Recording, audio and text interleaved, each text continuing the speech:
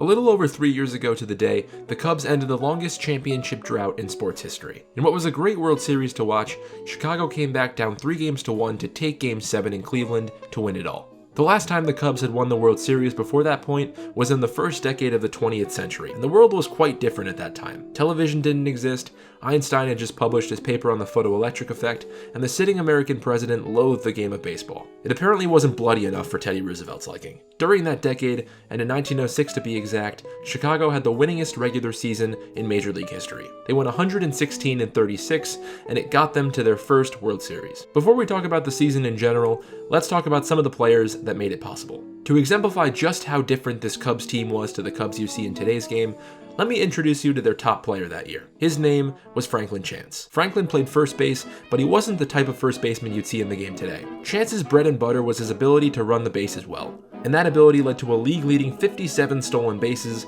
and 103 runs scored. He hit for high average and hit 3 home runs that year, seemingly the polar opposite of your typical modern-day first baseman. It is worth noting, however, that home runs were a rarity at the time, as we'll talk about more later on in the video. The craziest thing about Franklin, he was also managing the Cubs that season.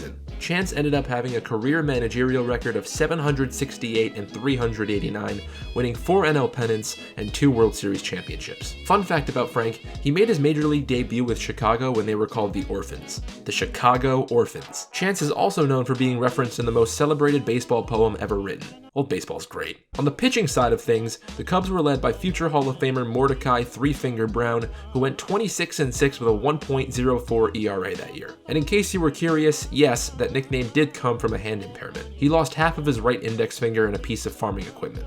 With the fingers that he had left, he developed a near-perfect curveball grip, which led to a lot of success on the mound. Brown had an incredible 1906, and the same could be said about the following few years, as he played a huge role in the Cubs' back-to-back championships in 1907 and 1908. Mordecai wasn't the only workhorse on the mound for Chicago that year. The Cubs were carried by an unbelievably good top-to-bottom pitching staff in 1906. To show you all just how good they were, let's head to the baseball blackboard to break it down. Runs in 1906 came nowhere near as frequently as they do in today's game. Even so, Cubs pitching that year was incredible, and the best in baseball at the time. These were the 5 best pitching staffs in 1906. The Cubs led the majors with a minute 1.75 team ERA, thanks to guys like Mordecai Brown, who we've already discussed, and guys that we haven't, like Orville Overall. It's pretty crazy how Orville has somehow found his way into 3 of our videos the past month. ERA plus is a statistic we haven't really discussed in detail on the channel yet. It takes the pitcher's ERA and takes into account other factors such as ballparks and specific opponents. The stat is normalized across the league so that the league average is 100. The Cubs led the majors in 1906 by a fairly large gap in team ERA plus with a 151 ERA plus. Their staff also led the major leagues with a 1.055 whip.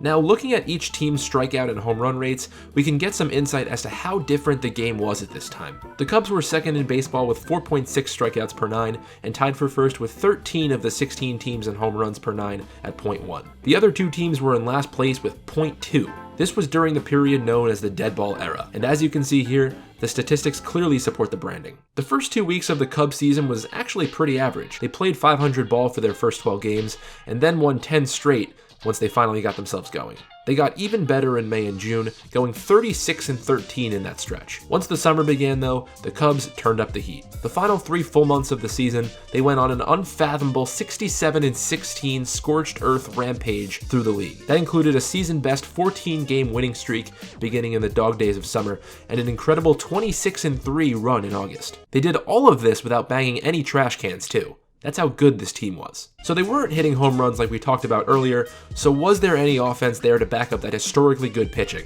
There was in fact, but nothing like we see nowadays. The Cubs offense was built around putting the ball in play and taking advantage on the bases at an astounding rate. They stole 283 bases in 1906. For comparison, only 2 teams have stolen 190 or more bases this century, and only the Mets have gotten to 200. They had exactly 200 in 2007. Chance stole 57, Hall of Famer Johnny Evers stole 49, Joe Tinker and Jimmy Sheckard stole 30, and 3 others stole more than 20.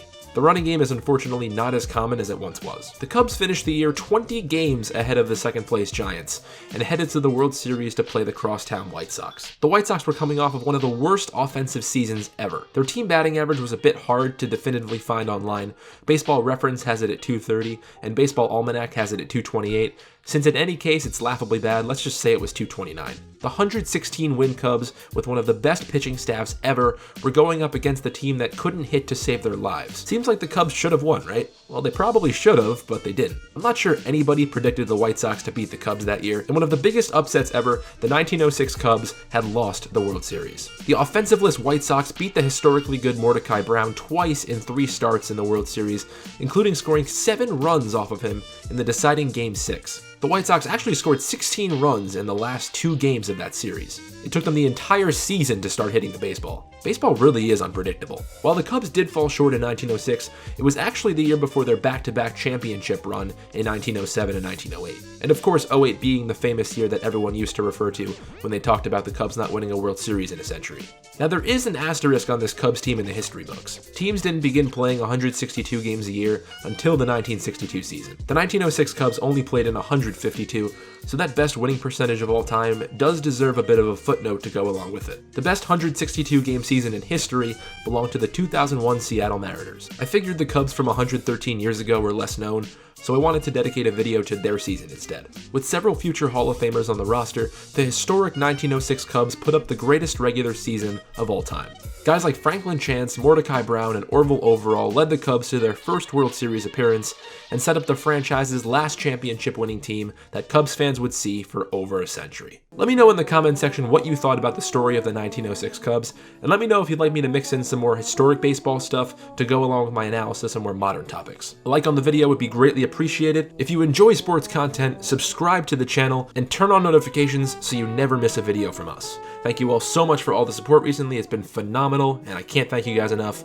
Thank you all so much for watching, and I will talk to you all later.